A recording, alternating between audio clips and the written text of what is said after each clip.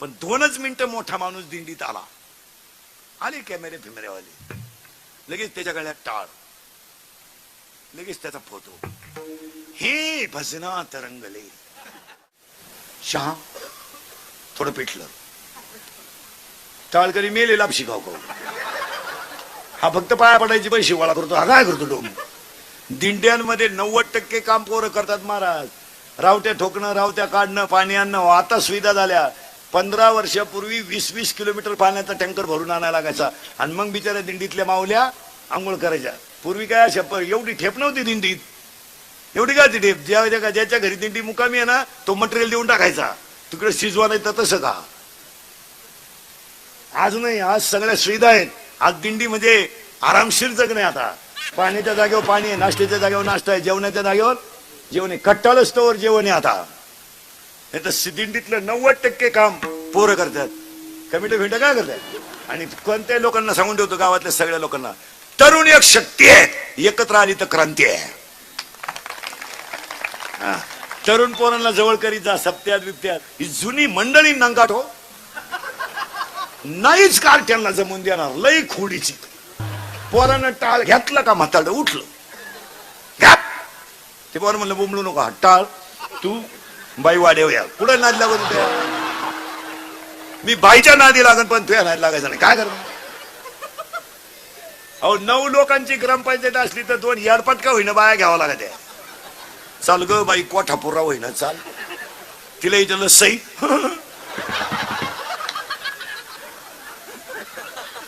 राष्ट्रगीत पाठ नाही, झेंड्याजवळ उभी राहिली. येड्याला किंमत आली महाराज. झेंडा खाली घेऊन हिला वर न्यायला पाहिजे, ह्याला गेली मारायला. फार येडी लोक आहेत महाराज. काय झालंय, मूर्ख माणसांना पैशामुळे समाजात किंमत आली. नाही तर काय, नाही तर गावातल्या प्रत्येक ग्रामपंचायतीत 2 तरुण पोरं पाहिजे, आणि ते बी शिकलेले पाहिजे. आणि आता ते इथून पुढे कंडिशनच ठेवली पाहिजे, गावात सरपंच सुद्धा ग्रॅज्युएट पाहिजे. सरकार काही नियम करू द्या, पण गावच्या विकासासाठी तो ग्रॅज्युएट पाहिजे. हा विचार गावाने केला पाहिजे. यांना काय कळत आहे. तरुण पोरं पाहिजे ग्रामपंचायती 2. जुनी मंडळी म्हणते त्यांना जमान का, तुम्ही काय सोन्याचा धोर काढला तर ते काढायचे, तुम्ही खिडक्या खाल्या ते चौकटी खाती, मग सगळे मिळून खा ना. का संडासही तुम्हीच खायचे आणि भांड्यातलंही तुम्हीच खायचं, याला काय. जरा पोरांना जमू द्या. आणि विनोद नाही, युवा एक शक्ती आहे महाराज. तरुण शक्ती काही करू शकते, चांगलंच करणार ती, पण आपण त्यांना जमून नाही द्यायचं. हो, पुन्हा एकदा सगळ्या गायकवाद कुडी मंडपालिका माई सिस्टीम सगळ्या यात्रा उत्सव रथ उत्सवाच्या कार्यक्रमाचे आयोजक संयोजक कदम सर, स्टेजवरील उपस्थित मान्यवर गायकवादक सगळ्यांना धन्यवाद. आणि आजच्या कीर्तनाला सुरुवात. मग तुम्ही म्हणाला आता काय चालू होतं आतापर्यंत. आता प्रार्थना सुरू झाली. आता शिकरण लावून दिला तुम्हाला. मंगाचा प्रार्थना एका ठिकाणी तुकोबारायना शिकली महाराज मंडळी. कृपाळू सज्जन तुम्ही संतजन, एवढे कृपादान तुमचे मत. पण ते कृपादान कोणतं, आठवण तुम्ही द्यावे पांडुरंगा, तुम्ही द्यावी पांडुरंगा. किंवा माझी सांगा काकुलती,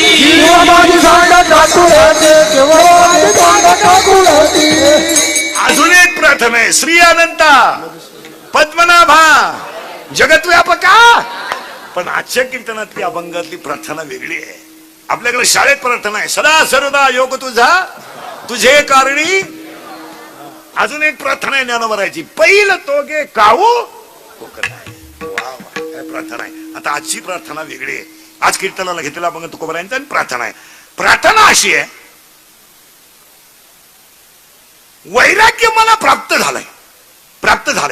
वैराग्य झालं नाही असं बोलत जा, वैराग्य झालं नाही असं नाही, पण मला एक अनुभव आलाय. काय, अध्याय नंबर 15 ओवी नंबर 35. अध्याय नंबर 15 ओवी नंबर 35. विरक्ती वाचूनी ज्ञानाशी तगणेच नाही. मला ज्ञान आलंय, पण ते वैराग्याशिवाय टिकू शकत नाही. हे बाकी दाण्या दगडावरची, जसं लाटणं मोडल पण वाकणार नाही, दगड शेवाळल पण पाजारणार नाही, कीर्तनकार मरतील पण जनता असं फिट उत्तर आलं पाहिजे. हो, महाराजांची ओवी बर का, हे महाराजांची ओवी माझे नाही. ओव्या बिव्या नीट ऐकायचा. आपल्याकडे ओवी प्रमाण सकट घ्यायची, ओवी नंबर सकट घ्यायची. ओवी अशी 13व्या अध्यायात, 15व्या अध्यायात, लाटणे जैसा न लवे आणि पाथरू न द्रवे. लाटणं मोडाल पण वाकणार नाही, दगड शेवाळ पडणार नाही. जसं ज्ञान आलं तर ते वैराग्याशिवाय टिकणार. आता लागला करंट अभंगाचा. ज्ञान आलं पण ते ज्ञान शाळेतलं नाही. शाळेतल्या ज्ञानाला कोण खात? रिटायर झाले, काही परमनंट नाही झाले.